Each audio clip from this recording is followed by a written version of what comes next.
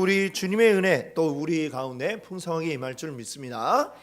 우리 옆에 계신 분들과 한번 이렇게 반갑게 인사 나눠볼게요. 먼저 우리 활짝 웃는 얼굴로 미소를 지으시면서 이렇게 인사하겠습니다. 하나님만 우리의 주님이십니다. 인사합니다. 하나님만 우리의 주인이십니다. 아멘. 네. 자, 오늘도 우리 지난주에 이어서 계속해서 우리 기초 복음법에 대해서 말씀을 드리겠습니다. 우리가 중고등학교 다닐 때 영어 공부할 때 제일 먼저 기초가 되는 영어 공부할 때에 이제 기초 영문법 뭐 이런 걸 가지고 공부를 했던 기억이 있는 분들도 아마 계실 거예요.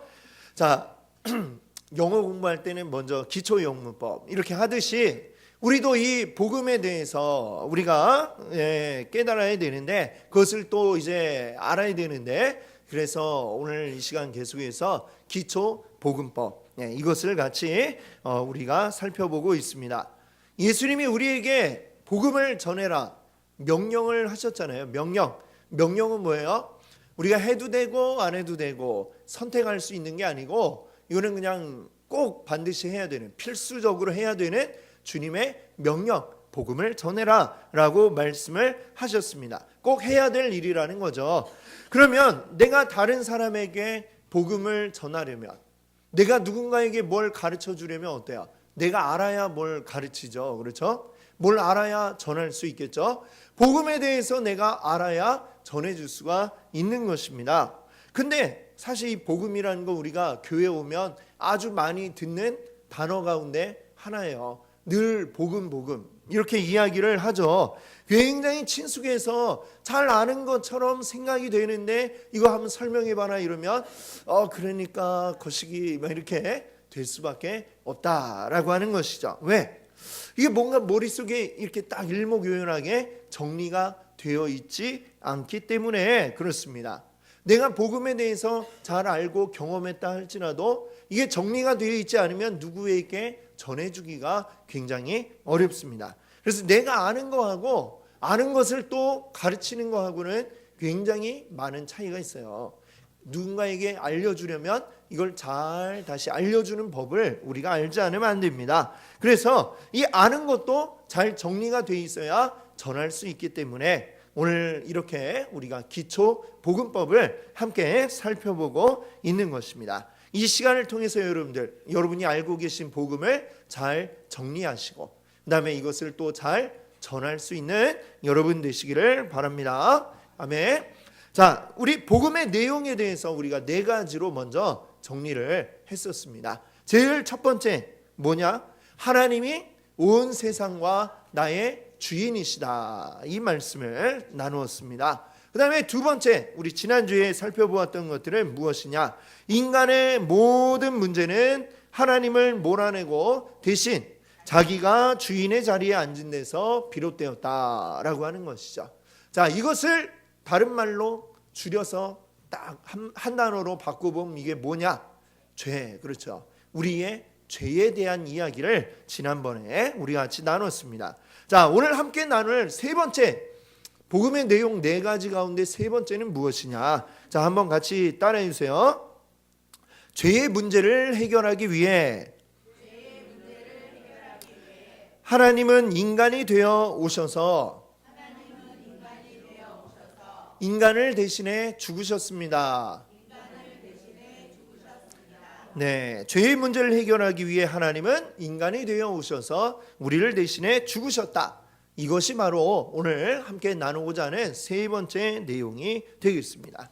자, 우리 지난 주간에 우리가 죄에 대해서 우리가 이야기를 나누었는데 우리는 어떤 존재인가? 우리는 죄인이다라고 말씀을 드렸어요.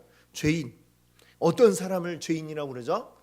죄를 지은 사람을 우리가 죄인이라고 합니다. 자, 죄를 지었다. 즉 우리 모두는 죄 지은 사람이다. 이렇게 얘기해요. 자, 여러분 어때요? 여러분 죄를 지으셨나요? 지금 아니라고 하는 분은 여기 안 계시겠죠. 지난주에 잘 들으셨으면 내가 죄인이구나 라는 거를 깨달으셨을 줄로 믿습니다. 자, 우리는 살아가면서 다양한 죄를 지어요. 때로는 말로, 때로는 우리의 행동으로 죄를 짓기도 하고 또 겉으로 드러나지 않더라도 우리 마음으로 또 죄를 짓기도 합니다. 자, 그러나 무엇보다도 우리에게 가장 치명적인 죄는 무엇이냐? 하나님을, 우리 인생과 이 모든 세상의 주인이신 하나님을 내가 인정하지 않고 내가 주인인 것처럼 행세하는 것, 이것이 우리에게 가장 큰 죄다라고 했습니다. 지난 주간에 이것을 뭐라고 그랬어요? 죄의 영어 단어로 뭐라고 그랬죠? sin, S-I-N.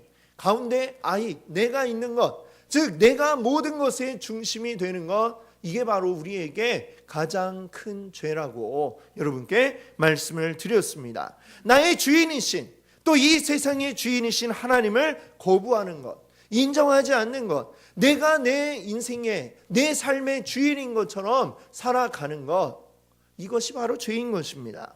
하나님을 주인으로 인정하지 않는 때에 이 죄가 우리에게 가져오는 결과, 어떤 결과들을 우리에게 가져오게 될까요? 그것을 한마디로 요약을 하자면 그것은 바로 비참함이다, 이렇게 얘기할 수 있겠습니다. 비참함. 어떤 게 비참한 건가요? 우리가 무슨 전쟁이 나서 사람이 죽고 막 피를 흘리고 쓰러져 있고 이런 것만이 비참함이 아니라 죄로 인해서 우리의 삶이 바뀌어지는, 황폐해진 이 모든 것들이 바로 비참함이다라고 이야기할 수 있습니다. 자, 이렇게 생각을 하죠. 사람들이 하나님이 내 인생의 주인이라고? 무슨? 내 인생의 주인은 나지. 나의 인생, 내 마음대로 내 뜻대로 살아가는 게 이게 진짜 자유지, 이렇게 사람들은 생각을 합니다. 자, 그러나 놀랍게도 이것은 착각이라고 하는 것이죠. 자, 하나님을 거부한 인생이 자기가 인생의 주인이라고 생각하지만 결국은 그 끝을 보게 되면 자신이 주인된 주도적인 삶을 사는 게 아니라 오히려 죄의 노예가 되는, 그 죄를 일으키고 있는 사탄의 노예가 되는 이러한 삶을 살아가고 있다는 것을 우리가 보게 됩니다. 지난 주간에 여러분들 뉴스를 뜨겁게 달구었던 뉴스들이 있죠. 어떤 게 있었나요? 유명한 연예인들과 관련된 이런 범죄 행위들이 막 드러나고 그것이 지금 걷잡을 수 없게 막 커지고 있는 이 뉴스들을 아마 여러분들 들어보셨을 겁니다. 자, 그런데 이 사건에 대해서 뭐라고 이야기를 하고 있느냐? 이것은 일부 몇 사람, 몇몇 연예인들의 잘못이 아니라 이것은 권력형 비리 사건이다, 이렇게 이야기하는 것을 여러분들 들어보셨을 겁니다. 무슨 이야기냐? 그냥 개인적인 일탈, 몇몇 사람의 잘못된 문제가 아니라 구조적인 문제들이 나타나고 있다는 것이죠. 연예인들이 아주 많은 사람들에게 인기를 얻고 그 인기를 더불어서 또 많은 돈을 벌게 되고 이 돈이 많아지니까 이것이 새로운 권력이 되었다는 것이죠. 이 권력을 가지고 더 이것을 크게 확장하기 위해서 또 다른 권력과, 뭐 예를 들면 경찰과 결탁을 하고 아니면 정치권과 결탁을 하고 이런 일들이 벌어지면서 무서울 게 없어지니까 온갖 죄를 저지르고 다니는 이런 일들이 벌어지고 있더라라고 이렇게 평가를 하고 있는 것이죠.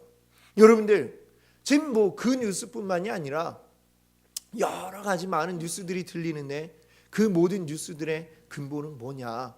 결국 우리 사람이 추구하고 있는 것들, 하나님이 아닌 다른 믿지 않는 사람들이 추구하는 것들, 뭘 제일 추구하나요? 우리가 제일 여러분 좋아하시는 건 뭐 있어요? 돈 추구하고 권력을 추구하고 쾌락을 추구하고 이 모든 것들이 고스란히 녹아있는 사건이 지금 이렇게 뉴스에 드러나고 있는 것입니다. 하나님이 아니라 돈을 주인 삼고 권력을 주인 삼고 쾌락을 주인 삼아서 사는 사람들, 그리고 그 결과 어떻게 드러나고 있습니까? 돈이나 권력이나 쾌락이 그들에게 행복을 가져다 주었나요? 그렇지 않죠. 행복해 보이나요 지금? 이 언론 앞에 서가지고 죄송합니다. 전혀 행복해 보이지 않죠. 그들에게 행복을 가져다 주지 못하고 있다라고 하는 것입니다. 오히려 그 자신들을 파멸로 몰아가고, 그리고 그 과정에서 또 얼마나 많은 사람들에게 괴로움과 고통을 안겨 주었는가라고 하는 것을 우리는 이 뉴스들을 통해서 그냥 보고 있습니다. 여러분, 그 사람들만의 문제일까요?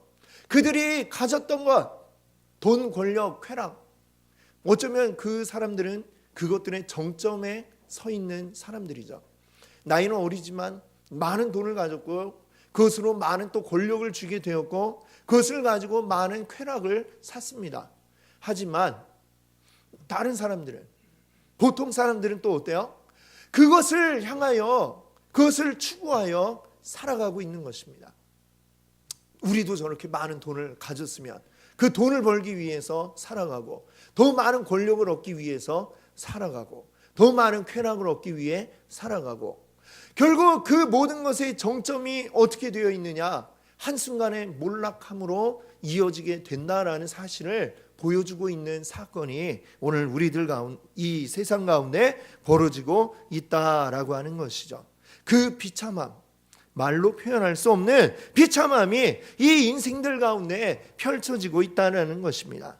죄로 인한 그 결과로 인한 비참함, 이 비참함의 정점은 무엇이냐? 이 문제를 내 힘으로 해결할 수 없다라고 하는 게 바로 그 비참함의 정점이다라고 할 수가 있습니다. 예를 들어 볼까요? 어떤 학생이 학교에 가서 선생님한테 대들었어요. 뭐 그냥 이렇게 대드는 정도가 아니라 선생님한테 반말을 하고 욕을 하고 막 때렸다고 생각을 해봅시다. 종종 그런 일들이 뉴스에 나오기도 하죠. 여러분, 선생님 막 모욕감을 주고 막 때리고 이런 일이 벌어졌어요. 근데 그러고 나서 얼마 있다가 선생님한테 찾아와서, 선생님, 제가 생각해 보니까 잘못한 것 같아요. 용서해 주시고 없던 걸로 합시다. 이렇게 얘기를 했어요. 그러면 그 일이 없던 게 될까요? 네. 그냥 뭐 그래, 아주 쿨한 선생님이라고 해서 그게 없던 일이 되지는 않습니다. 우리 좀 예를 바꿔볼까요? 여러분이 다니고 있는 회사에서 그 사장을 찾아가서 사장한테 욕을 하고 사장을 때리고 모욕감을 주고 막 이랬어요. 그러고 나서 다시 찾아가서, 사장님, 제가 어제 좀 잘못했네요. 용서해 주세요. 없던 걸로 합시다. 그 말 한마디에, 내가 잘못했다 이 한마디에 용서가 됩니까? 그게 없던 일이 될까요? 그렇지 않죠. 그러면 어떻게 해야 됩니까? 내가 잘못한 그거에 대해서 학생은 학교 교칙에 따라서 벌을 받아야 됩니다. 회사 직원은, 회사 사원은 어떻게 해야 돼요? 회사 그 규칙에 따라서, 사규에 따라서 또 여러 가지 벌을 받게 될 겁니다. 그 이후에 벌을 받고 거기에 더하여서 선생님이나 사장님이 용서해 주겠다 해야, 그래야 용서가 되는 것이지, 내가 잘못했는데 내가 그냥 말로 잘못했다 말로 때운다고 해서 이게 해결될 문제가 아니라는 것이죠. 이 세상의 잘못들도 그러하다라는 것입니다. 여러분, 그런데 이 세상 모든 만물의 주인이신 하나님, 그 하나님을 내가 없는 셈 치고 내가 내 인생의 주인이라고 하면서 하나님을 모욕하고 그 하나님을 능욕해 놓고서, 하나님, 내가 잘못했네요, 없던 걸로 해요, 이렇게 한다고 이 문제가 해결이 되느냐? 그냥 내가 잘못했다라고 해서 이 문제는 해결될 그런 사안이 아니다라고 하는 것입니다. 내가 어떤 노력을 하더라도 나는 이 문제를 해결할 수 있는 능력이 나에게는 없다라는 것입니다. 이것이 바로 이 죄의 결과요, 이것이 죄가 우리에게 가져다주는 비참함이라고 하는 것을 여러분 기억하셔야 되는 것입니다.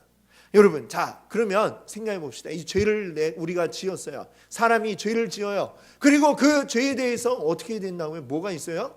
벌이 있어야 되죠. 벌.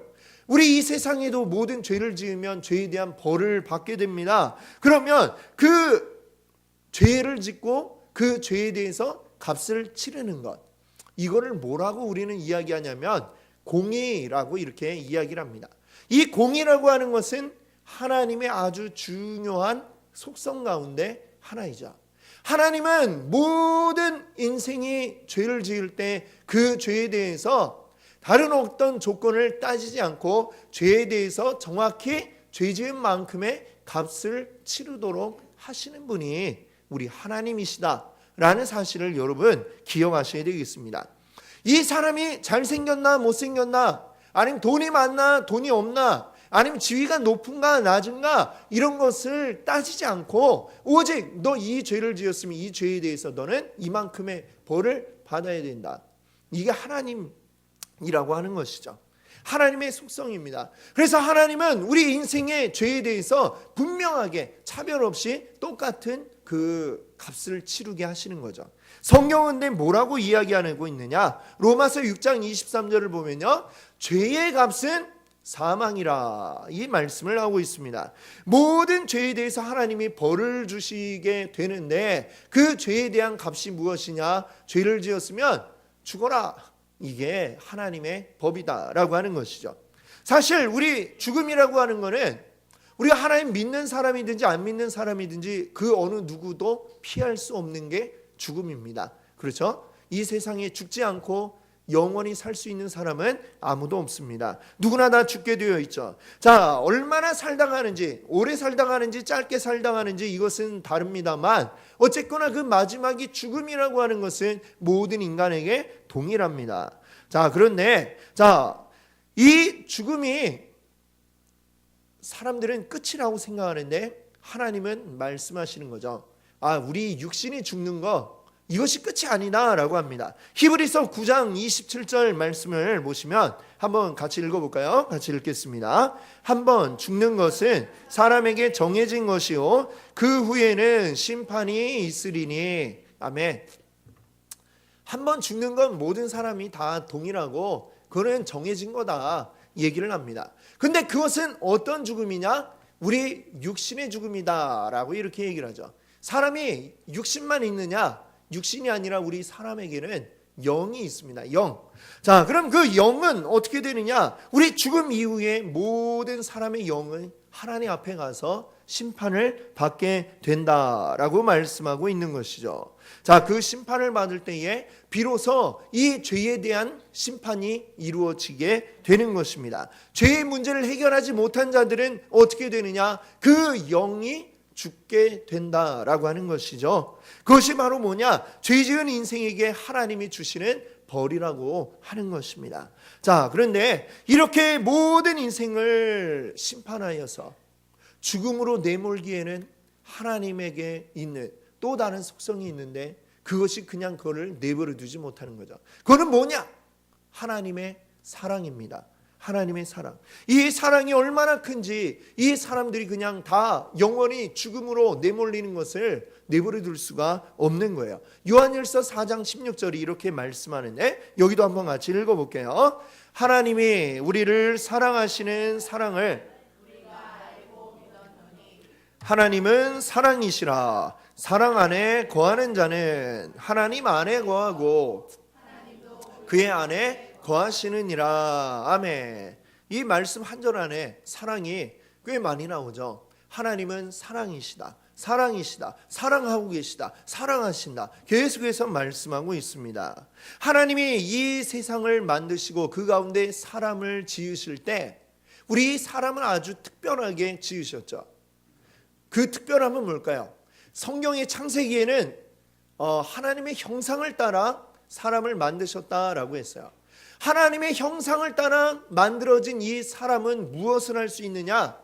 하나님과 교제할 수 있다라고 하는 것입니다.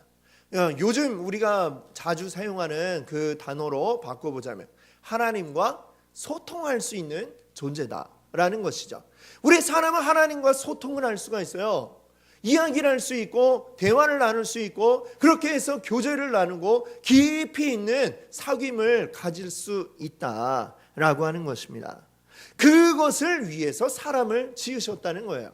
근데 이 사람이 죄로 인해서 하나님과 소통할 수가 없는 존재가 되어버렸죠. 그래서 하나님은 어떻게 하시느냐? 그리고 그 소통만 할 수 없는 게 아니라 영원히 하나님과 분리되어서 영원한 죽음을 맛볼 수밖에 없는 상태가 되었을 때 하나님은 이 끊어진 소통을 다시 이어야 되겠다라고 생각을 하시는 거죠. 그들과 함께 다시 하나가 되어야 되겠다, 사람들과, 이렇게 생각을 하시는 겁니다. 그러나 그렇게 하나가 되기에는 이 극복할 수 없는 장벽이 그 사이에 있는 것이죠. 그게 뭐예요? 우리 사람의 죄. 죄가 그것을 막고 있는 거야. 이 하나님의 공의는 죄에 대해서는 반드시 우리를 벌하여서 영원한 죽음을 맛보게 해야 되지만, 하나님 또한 사랑이기 때문에 우리를 그 죽음 가운데 내버려 둘 수가 없는 이 문제가 있는 것입니다. 우리 입장에서 생각해 보면 참으로 해결하기 어려운 그런 걸 뭐라고 불러요? 딜레마. 이것은 참 해결하기 어려운 딜레마죠. 그러나 하나님께는 해결의 방법이 있습니다. 하나님의 해결 방법은 뭐냐? 바로 예수 그리스도라고 하는 것이죠. 예수님만이 이 문제를 해결할 수 있습니다. 그럼 어떻게 해결할 수 있느냐? 이 예수님이 가진 아주 고유한 특징이 있는데, 자, 우리 빌립보서 2장 5절에서 8절, 우리가 아까 읽어보았던 본문 말씀인데요, 다시 한번 우리 읽어봅시다.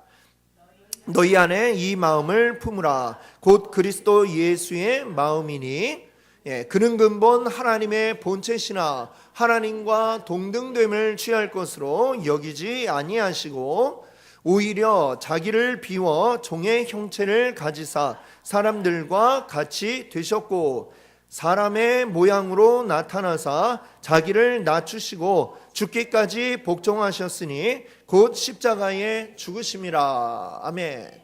자, 여기 빌립보서 2장 5절에서 8절 말씀이 이야기하는 건 뭐냐? 하나님은 본래, 예수님은 본래 어떤 분이라고 했어요? 하나님의 본체, 즉 하나님 자신이다 라고 이렇게 이야기를 하고 있습니다. 그런데 하나님으로 영원히 머물러 계신 게 아니라 무엇이 되셨다고요? 사람이 되었다라고 이렇게 이야기를 합니다. 즉 예수님은 어떤 존재인가? 이 땅에 오신 예수님은 우리와 같은 완전한 참 사람이면서 동시에 완전한 하나님이다, 완전한 신이다 라고 이렇게 성경은 이야기를 하고 있는 것입니다. 예수님은 우리와 똑같은 완전한 참 사람이기 때문에 무엇이 가능하냐? 우리 사람의 모든 문제들을 그대로 다 알고 경험을 하실 수가 있었죠. 우리 안 먹으면 어때요? 제가 오늘 오전에 들으니까 우리 교회 성도님 가운데 간헐적 단식을 하는 분이 있다, 이런 얘기 들었어요. 하루에 한 끼만 먹고 이런다는데 어때요? 괜찮아요? 이상한 분이 있네요. 그 괜찮습니까? 배가 고프잖아요. 하루에 한 끼만 먹으면. 그렇죠? 당연히 배가 고픈 게 정상이죠. 예수님은 배가 고프셨을까요? 안 고프셨을까요? 예수님이 성경에 보니까 40일을 금식하셨다는데 이게 쉬운 일이에요? 어려운 일이에요? 어려운 일이죠. 40일? 저는 4일도 참 하기가 어렵습니다. 얼마나 어려운지 몰라요. 40일이라는 건 정말 한 달도 넘는 기간인데 한 달을 넘게 어떻게 안 먹어요? 그렇죠? 한 분들이 있어요. 있는데 참 대단하다 생각하고 저는 못할 것 같아요. 근데 어때요? 예수님 이렇게 우리와 똑같이 고통을 겪으십니다. 안 먹으면 배고프고, 또 예수님 때리면 맞으면 어때요? 예수님 아플까요? 안 아플까요? 아프죠. 예수님 십자가에 매달리셨을 때 고통이 있었을까요? 없었을까요? 당연히 고통이 있죠. 우리와 똑같은 사람, 우리와 똑같은 고난을 겪으시고, 그리고 우리와 똑같은 처지에 있어서 우리의 그 모든 인간의 형편들을 다 그대로 정확히 경험하고 겪으신 분이 우리 예수님이시다라고 하는 겁니다. 그렇기 때문에 예수님 참 사람이기 때문에 우리를 대신하여 죽으실 수가 있는 것이죠. 근데 사람이 다 누군가를 대신해 죽을 수 있느냐? 그럴 수 없습니다. 왜? 우리 사람 각자는 다 뭘 가지고 있어요? 죄를 가지고 있죠. 죄. 우리에게 죄가 있어요. 내가 누군가를 위해 대신, 너의 죄를 위해 내가 대신 죽어줄게. 가능합니까? 그 전에 먼저 내가 내 죄 때문에 죽게 돼 있다라고 하는 것이죠. 그러니까 우리 사람은 누군가를 대신해서 죽을 수가 없습니다. 근데 예수님은 달라요. 예수님에게는 죄가 없으시다라는 거죠. 왜? 예수님은 참 하나님이시기 때문에 죄가 없으나, 그러나 또 동시에 우리와 같은 완전한 그 몸을 가지고 살아간 완전한 사람이셨다. 이 두 가지, 이 특징을 한 몸에 지니고 계신 분이 바로 예수님이시고, 그렇기 때문에 예수님은 우리를 위하여 대신 우리 모든 인류의 죄를 다 그 한 몸에 짊어지시고 죽으셨다라는 것이죠. 그 죄의 값을 대신 받으셨다라고 이렇게 말씀하고 있는 것입니다. 그래서 참 사람이며 동시에 참 하나님이신 이 예수 그리스도를 통해서만 우리는 온전히 죄의 문제를 해결할 수 있고, 죄의 문제가 해결됨으로 어떻게 돼요? 다시 하나님과 소통을 할 수가 있고 하나님의 자녀가 될 수 있고 하나님의 백성이 될 수 있다라고 하는 것입니다. 여러분, 옛날에 고대 그리스는, 지금은 그리스가 한 나라지만 옛날에는 여러 나라들로 나누어져 있었죠. 고대 그리스의 여러 나라들 가운데 어느 한 나라가 있었습니다. 그리고 그 나라에 왕이 있었어요. 이 왕은 백성들에게 아주 신임을 받는 왕이었는데 무엇으로 신임을 받았느냐? 우리 왕은 너무나 공평한 왕이야 라고 백성들이 이야기를 했습니다.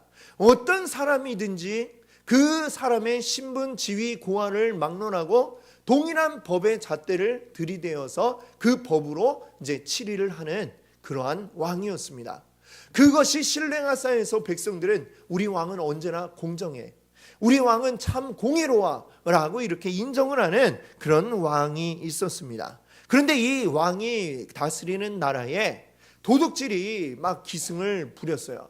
그래가지고 왕이 특별 법을 내렸습니다. 이제는 누구든지 아주 작은 물건이라도 하나라도 훔친 사람이 있다면 그 사람에게는 채찍 50대의 벌을 가하겠다, 이렇게 얘기를 한 거야. 채찍 50대면 여러분, 그 우리 부활절 이럴 때에 그 패션 오브 크라이스트 이 영화를 보신 적 있죠? 예수님이 채찍 맞는 모습이 나오죠. 그 채찍 그냥 채찍이 아니고 그 끝에는 이제 갈고리 같은 게 달려 있어요. 한번 채찍을 탁 때리면 갈고리가 몸에 박혔다가 그 채찍을 다시 떼면은 살점이 뜯어져 나가는 아주 무시무시한 그런 형벌입니다. 이 채찍을 50대를 맞으면 대부분의 사람은 죽어나가는 그런 아주 끔찍한 형벌이죠. 거의 뭐 사형이나 마찬가지의 형벌을 내리겠다라고 이 왕이 딱 공포를 했습니다. 근데 그러고 나서 얼마 되지 않아서 한 도둑이 잡혔는데, 이 도둑이 누구냐? 왕의 어머니가 도둑질을 했다는 거예요. 이 왕의 어머니가 너무 아름다운 보석이 보이길래 그만 자기도 모르게 그것을 딱 보석을 끼고 그냥 나가버렸어요. 그것이 도둑질이 되어서 붙잡혔는데 확인해 보니 이 사람은 왕의 어머니. 그 어머니가 왕 앞에 끌려왔습니다. 사람들은 그 장면을 보고 아, 큰일 났다, 이제 어떻게 할까? 우리 왕은 공의로운 왕이니까 저 어머니마저도 심판을 할 거야. 근데 이 왕은 어머니를 너무나도 사랑하는 왕이었습니다. 자기 어머니인데, 그렇게 사랑하는 어머니인데 어떻게 벌을 주겠어? 저 왕 어머니는 그냥 용서해 주겠지. 사람들이 이제 의견이 분분한 거예요. 이 벌을 줄 거다, 벌을 안 줄 거다, 어떻게 할까? 사람들이 궁금해하기 시작하고 모여들었습니다. 왕 앞에 이제 어머니가 무릎을 꿇고 있습니다. 이 왕은 판결을 내리는데 어떤 판결을 내렸을까요? 왕은 채찍 50대를 가하라 명령을 내렸습니다. 이제 채찍을 가지고 병사가 딱 이제 형을 집행하기 위해 오죠. 근데 왕이 갑자기 왕의 의복을 벗더니 그 어머니에게로 갑니다. 그리고 어머니의 등을 이렇게 자신이 감싸 안습니다. 그리고 병사에게 이야기하죠. 자, 이제 형을 집행하라, 이렇게 얘기를 합니다. 어떻게 한 거예요? 자신이 직접 대신해서, 어머니를 대신해서 형벌을 받기로 한 거죠. 죽을지도 모르는 그 형벌을, 내가 왕인데 이 공의를 집행해야 되는데 이것을 어머니라고 해서 하지 않을 수 없고, 그러나 어머니를 사랑하니 어머니가 매를 맞게 할 수도 없고, 그래서 직접 자신이 대신해서 매를 맞았던 것입니다. 여러분, 이 왕의 모습이 곧 우리 하나님의 마음인 것을 여러분 기억하시기 바랍니다. 하나님이 이 왕과 같이 하신 거예요. 우리를 너무 사랑하시는데, 그런데 이 사람의 죄를 그냥 용서해 줄 수는 없고 반드시 그 값은 치러야 되고, 그러니 어떻게 한 겁니까? 예수님이 직접 사람이 되어 오셔서 직접 대신하여 우리를 대신해 이 벌을 받으시고 죽으신 것입니다. 그 대신 벌 받은 하나님, 그분이 누구예요? 바로 예수 그리스도이신 줄 믿습니다. 아멘. 오늘 우리는 이 복음의 내용 가운데 세 번째 내용을 우리가 살펴봤습니다. 죄 지은 우리가 그 죄의 값을 받아서 벌을 받는 것이 너무나 당연합니다. 그러나 우리 하나님이 우리를 너무 사랑하시기 때문에 그 벌을 우리에게 직접 주시지 않고 하나님이 대신하여 이 벌을 받으셨다라고 하는 것입니다.